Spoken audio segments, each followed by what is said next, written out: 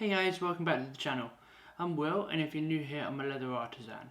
Today I'm going to be teaching you how to sharpen a blade. A knife can be used with any blade you have.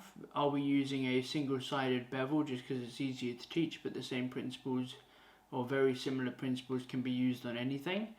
And I'll be using my Japanese skiving knife with an assortment of Japanese whetstones. So let's get started, shall we?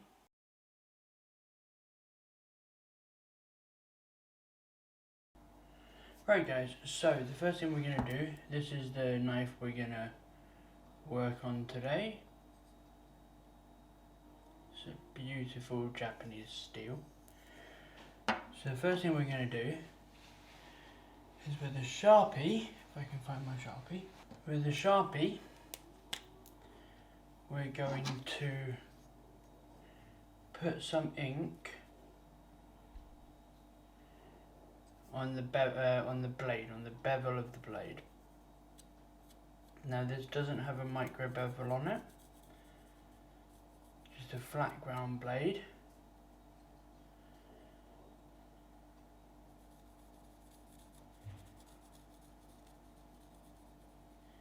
The reason for this is when you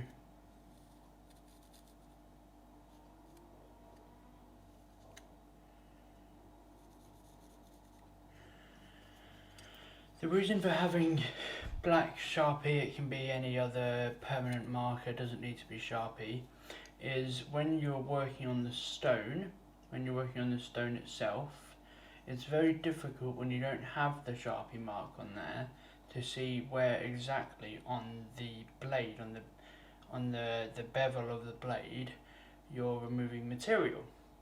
So if you have Sharpie there, it becomes much easier and clearer to see what you're actually doing with your sharpening process. Now, even though this blade,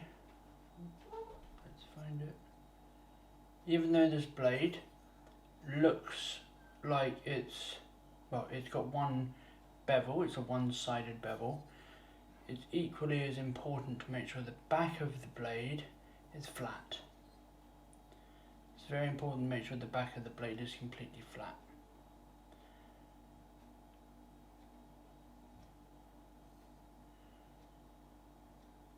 Otherwise it won't cut through the material very well at all. So the first thing we're going to do is work on the back of the blade to make sure that it doesn't really have to be up to this point, but making sure that the used area, which is about up here, is flat.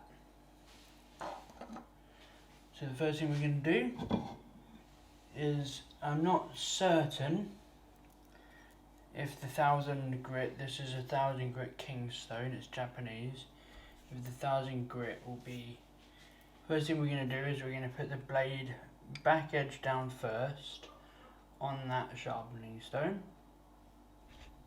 And we'll find out very soon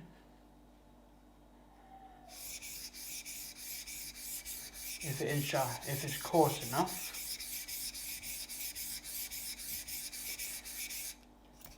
Now I'm not putting any pressure on this hand, this is literally just to guide it. And my left hand, or right hand, if you're right-handed you'd be doing it like this, but you'd have an opposite-sided blade, so it's not really relevant.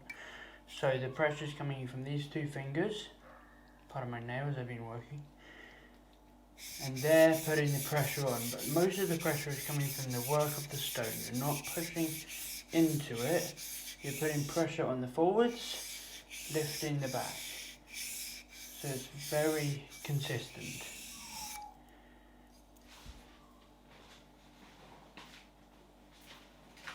You want to have a roll of tissue paper around so that you can wipe off the excess stone remnants.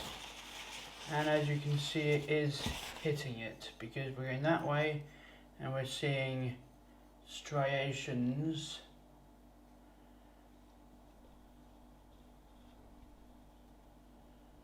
We're seeing striations being created here, so we are hitting that. So we're going to keep going.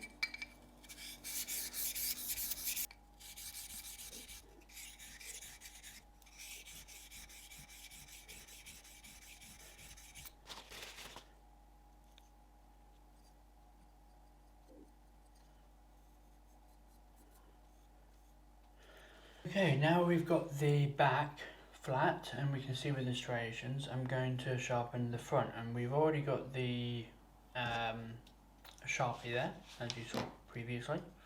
So to find the angle, really easy trick is to lie it down.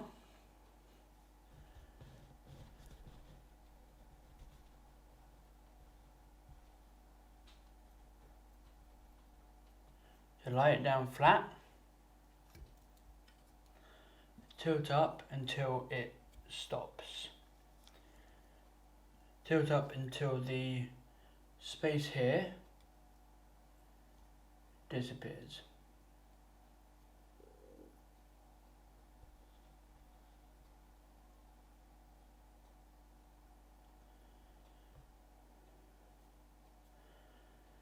So you've got it like this. You're going to tilt up until that gap is gone, and that you can feel it with your finger. There's no gap. If you tilt it back, you'll feel a gap. There, you have no gap. Ordinarily, you do it this way, but I find that the handle of this blade gets in the way a bit, so I like to do it this way. Otherwise, my hand gets in the way when I'm sharpening. So I tilt it slightly.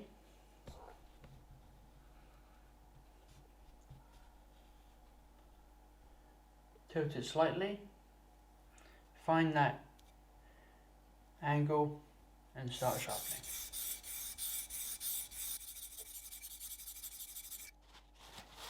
As you can see, I'm barely hitting it, so I need to come down a little bit.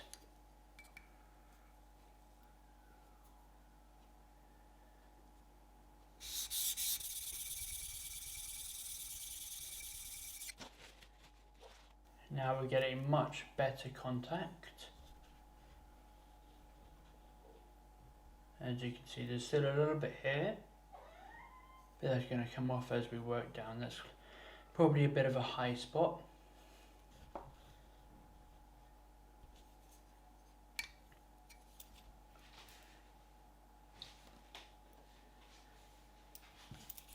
Make sure the stone stays nice and wet. This slurry on the stone is, don't wipe that off. It's a mixture of the stone material and metal shavings basically. So we're going to keep going now.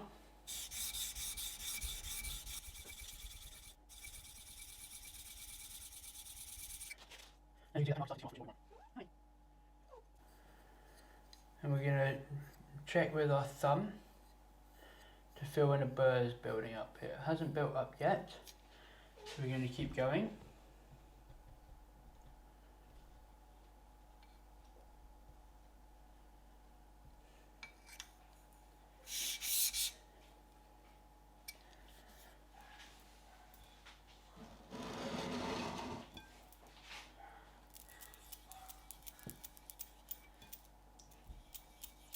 Make sure that stone stays nice and wet.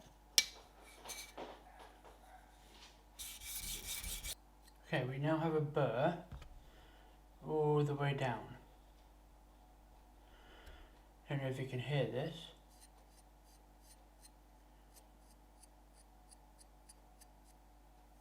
Silent on this side. And then using the thumb, you can hear the burr.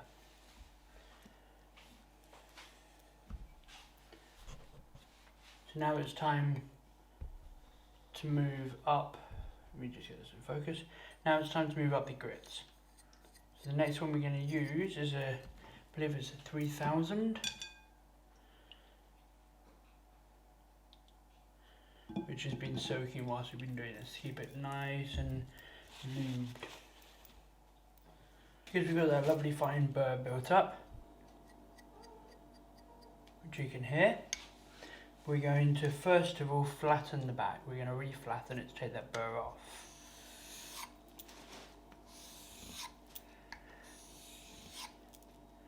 That doesn't take much. It's very, very fine.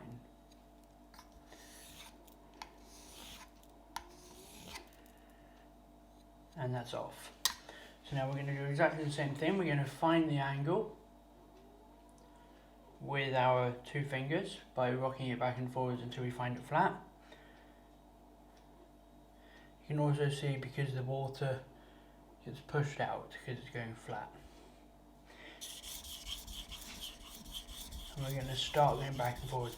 Because this, we're going to do the same thing again. It's going to be much quieter because of the grit of this. I think it's a 3000. Might be a 6. I think it's a 3 though. Because of how fine this is, it's going to be very quiet, and it's going to take a little bit longer to sharpen.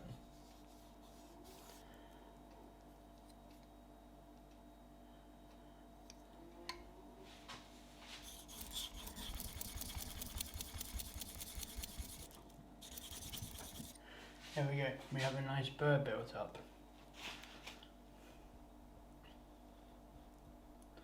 As you can hear.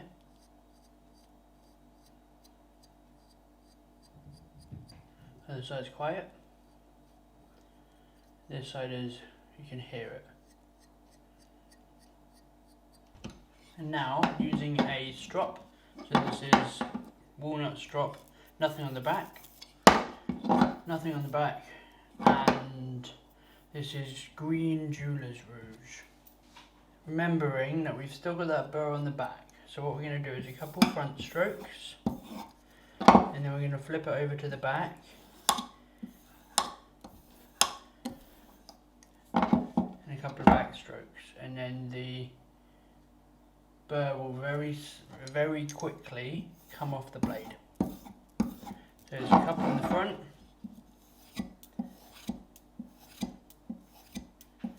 a couple on the back. And as you can see, it very quickly polishes that metal. I'll show you a close up in a moment.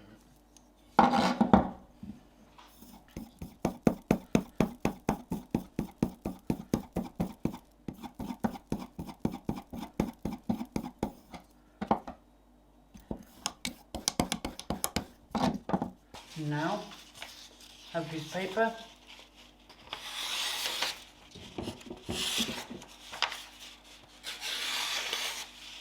No pressure at all required.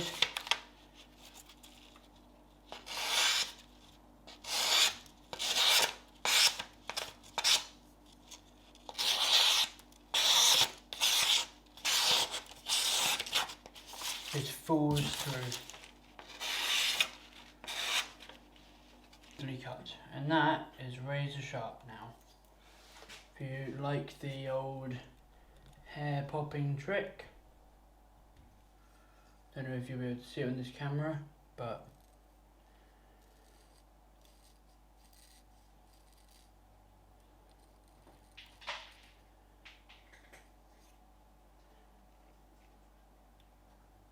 hair poppingly sharp. And there we are.